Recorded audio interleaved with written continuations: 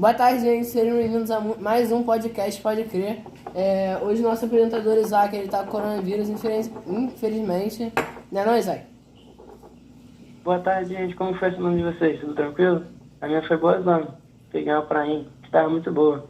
Agora chega de enrolação. Hoje estamos com um convidado muito especial, Davi Fausto, um dos maiores historiadores atualmente. Boa tarde, gente. Então, me apresentar, meu nome é Davi Fausto. Eu sou formado em História lá na UF. Sou professor de lá, já dou aula há 10 anos. E eu gosto muito de História. Então hoje eu vim aqui participar um pouquinho desse episódio do Pode Crer. Então, Davi, eu queria que você falasse de um tema mais atual, mas nem tanto também. Sim, pode falar. Revolução Russa? Exatamente. Isso. Ah. Atual e antigo ao mesmo tempo, né? Falo isso por conta da guerra na Ucrânia. Mas é antigo porque aconteceu há mais de 100 anos atrás. Entendi.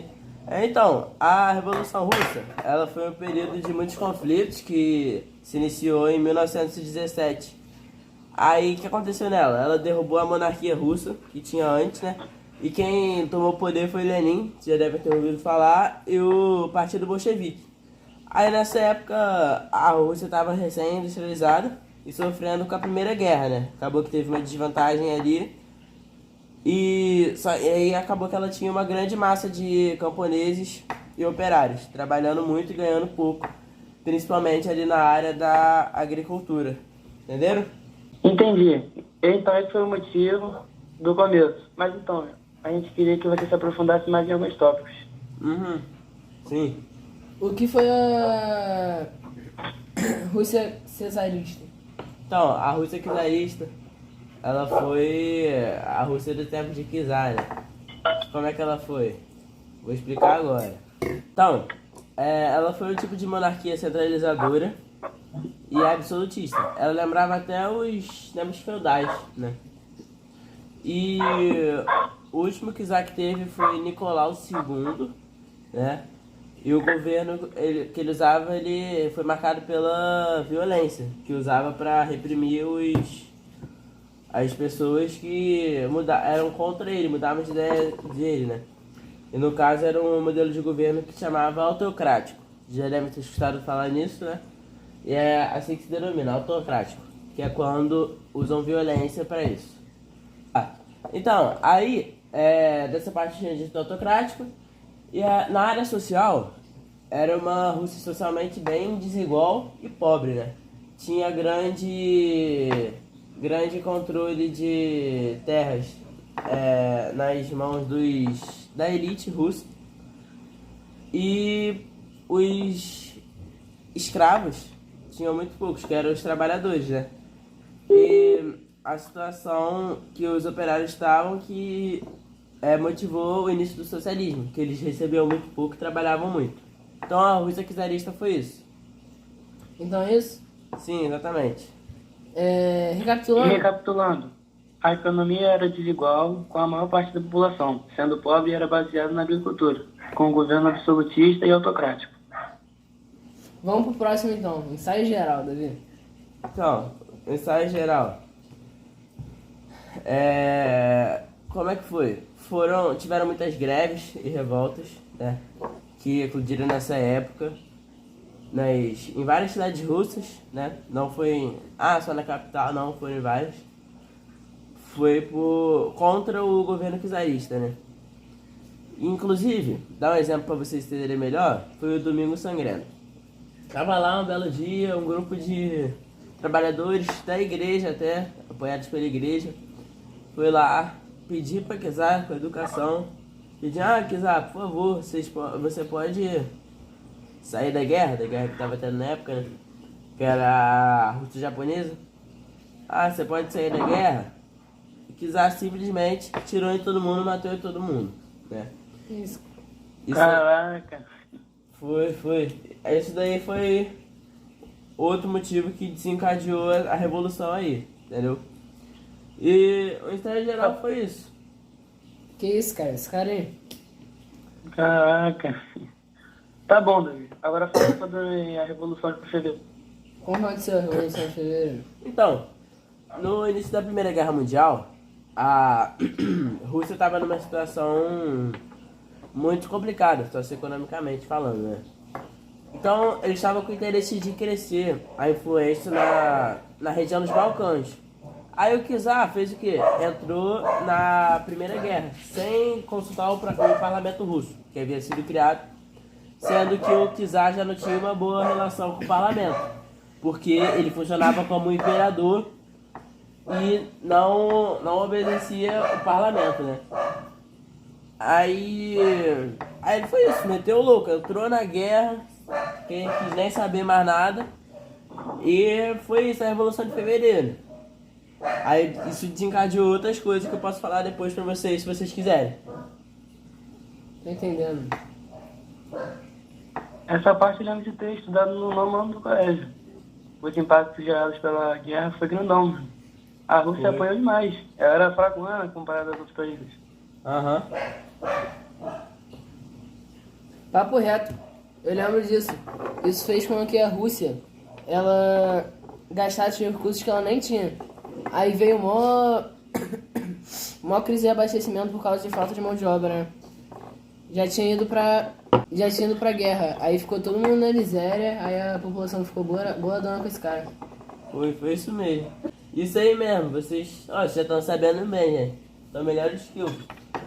Aí então, também nisso, ainda nessa parte da Revolução de Fevereiro aí, tinha os partidos políticos, que eram os mencheviques, bolcheviques e os cadetes. Por um acaso vocês sabem alguns, querem falar?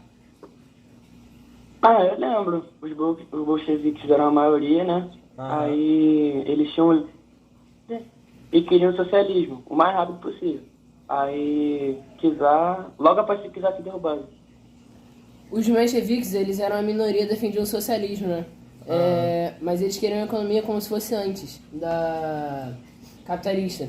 Exatamente, eles queriam antes que terminar essa fase aí do capitalismo para poderem ter um dinheiro maior para depois implantarem o socialismo. Isso além de serem fechados com os burgueses, né? Isso.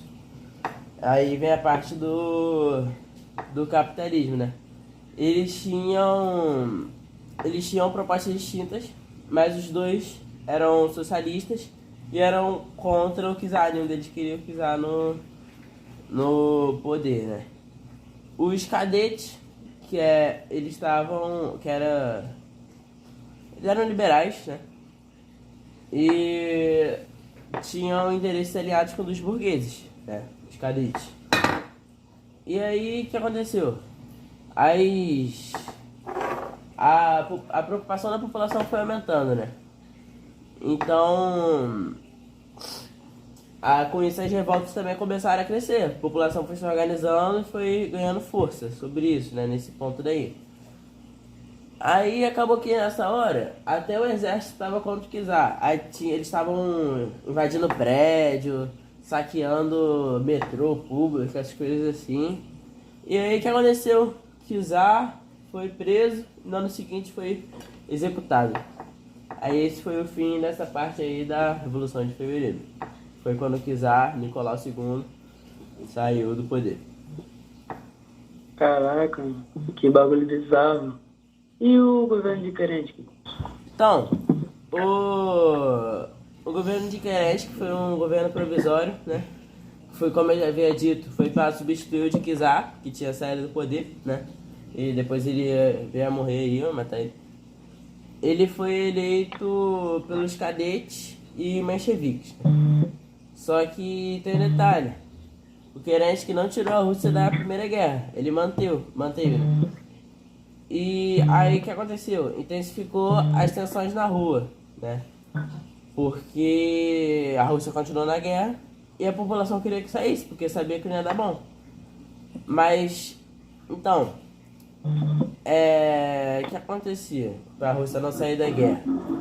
Ela tinha medo de sofrer umas retaliações dos membros da Entente, com a retirada de capitais do país, né? Então, é como se eles tivessem medo de terem que pagar multa, perder território, coisa assim. Aí, o que aconteceu? Eles perderam apoio popular e a crise foi agravando com o tempo, né? Aí, então, vocês sabem como que o governo provisório caiu ou não? Pela impopularidade da decisão de Kerensky em manter a Rússia na Primeira Guerra Mundial, os mencheviques também tiveram uma impopularidade com o adiamento da Assembleia Constituinte. Né não? Porque a economia russa enfrentava uma intensa crise econômica, tá ligado? A inflação e os problemas no abastecimento pioravam as condições da população e gerava descontentamento com o governo provisório. E as divergências entre o governo e o soviético de Petrogrado, além de ser o maior e mais organizado soviético, seus representantes foram eleitos como antes mesmo da queda do czar. Portanto, reivindicavam o governo da cidade. Também contavam com o apoio dos soldados russos. Exatamente, foi isso mesmo. Agora fala da Revolução de Outubro, acho que é aquela de paz, pão e terra, não é? Sim, isso mesmo. Por causa da baixa popularidade do governo, dos mencheviques e dos cadetes, o soviete de Petrogrado tomou o poder junto com Trotsky, né? E no caso, junto com Trotsky foi o maior responsável disso daí, né? Ah, aí foi que eles começaram a distribuir panfletos com as ideias defendidas. Aquela tese de abril, né? Isso, foi.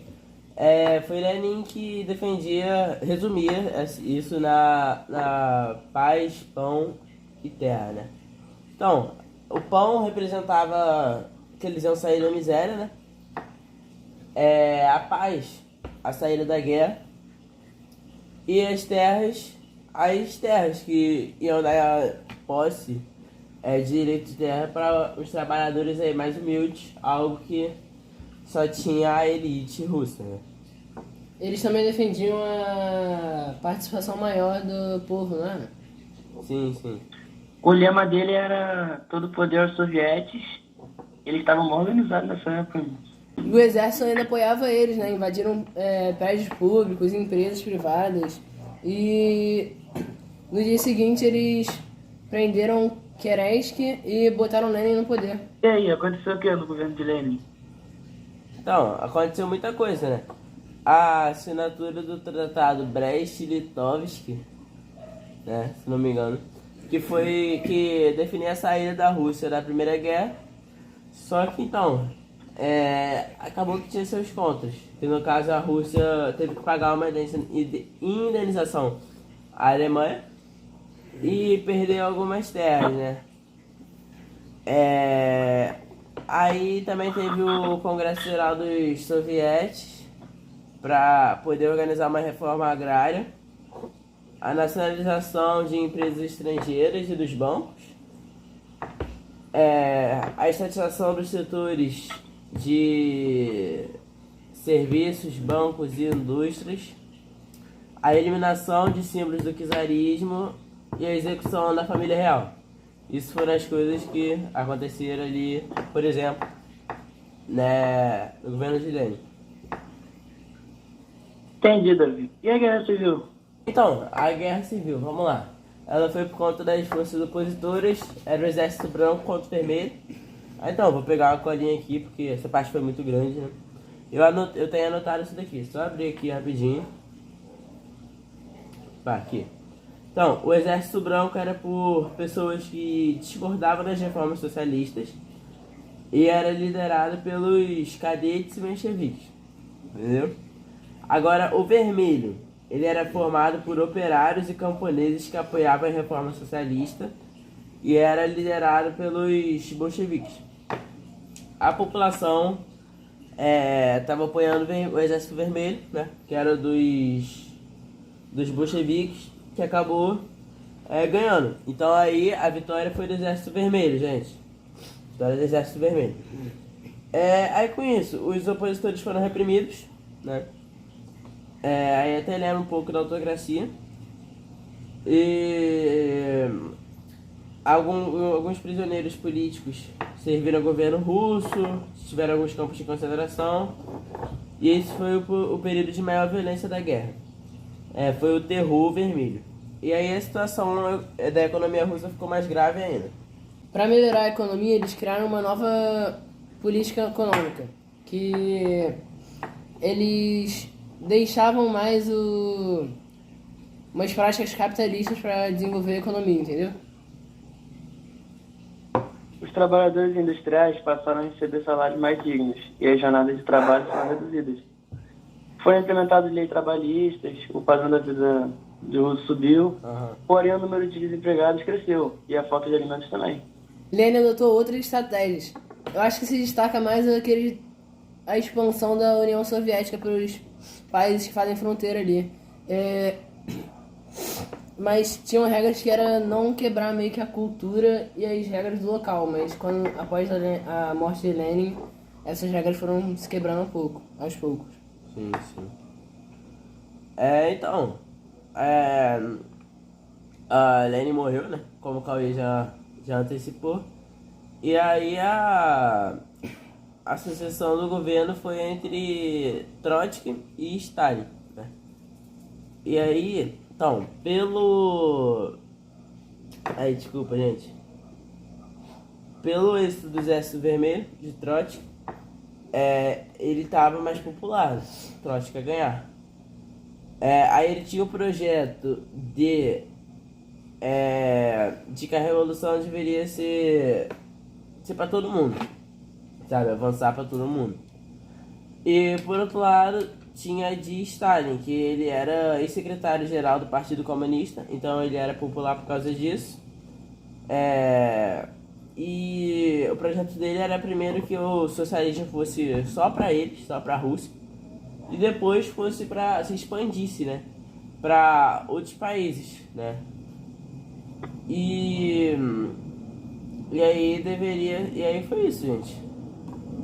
É isso? Aí é isso. Então é isso, gente. Gente, muito obrigado pela presença de vocês aqui. Principalmente você, né, Davi? Gente, foi uma honra ter participado. Me chame mais vezes, tá? Muito bom ter falado sobre esse assunto. E é isso, galera. Melhoras, Isaac. Valeu, pessoal. Fique com Deus. Adeus, gente.